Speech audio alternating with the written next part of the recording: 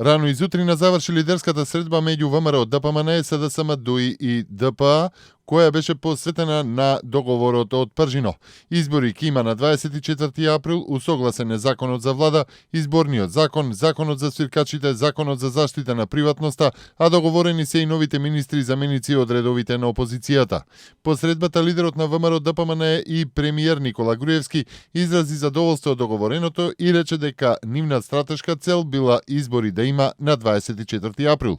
Ние веруваме во народот, ние веруваме во неговите одлуки, дека знае да направи правилен избор и затоа ни беше важно колку што е можно побрзо и без одлагање да има избор и народот да може да си донесе одлука и да каже кому верува за понатаму. Премиерот Никола Груевски смета дека изборите ќе бидат одлична можност граѓаните да покажат и пред домашната, но и пред меѓународната јавност, која го следи процесот дека со валкани игри не се доаѓа до власт. Изборите се желба на ВМРО ДПМН да се излезе пред граѓаните и граѓаните да го дадат својот суд.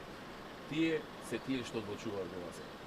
Тие видоа што значи валкана игра во оваа држава и тие овој пат ќе покажат не само пред македонската јавност, туку пред целата европска и светска јавност што го следи овој случај, дека не е можно со прљави, со валкани игри да се дојде на власт.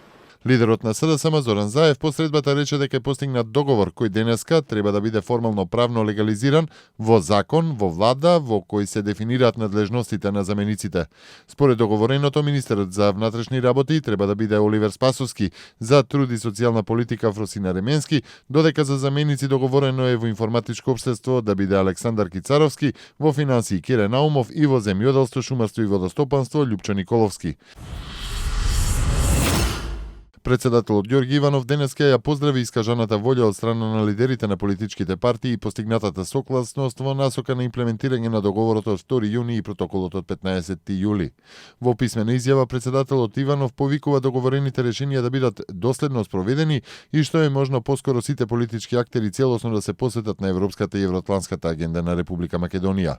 Резултатот од разговорите на лидерската средба е уште еден доказ дека диалогот е единствен начин преку кој може да се надминат сите предизвици и сите отворени прашања, истакнува председателот Иванов во писмена изјава. Министерот за одбрана Зоран Јолевски на маргините на безбедносниот форум во Варшава имаше средба со полскиот министер за национална одбрана Томаш Шимоњак. На маргините на самитот Јолевски имал кратка средба со заменик генералниот секретар на НАТО Александар Вершбоу. На средбата со полскиот министер Шимоњак било заклучено дека местото на Македонија е во НАТО и тој процес треба да заврши што е можно поскоро.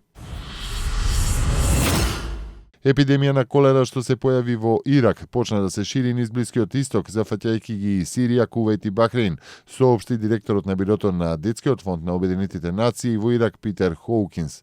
Според него постои опасност епидемијата на болеста дополнително да се прошири низ целиот регион на Блискиот Исток, особено ако се има предвид дека во текот на декември во Ирак се очекува да дојдат милиони шиитски верници за време на празникот Арабаин, со кој секоја година се одбележува крајот на периодот на жалост по внукот на пророкот Мухамед. Епидемијата на колера се појави во Багдад во септември и од тогаш од болеста се заразени над 2200 лица, од кои 6 починаа.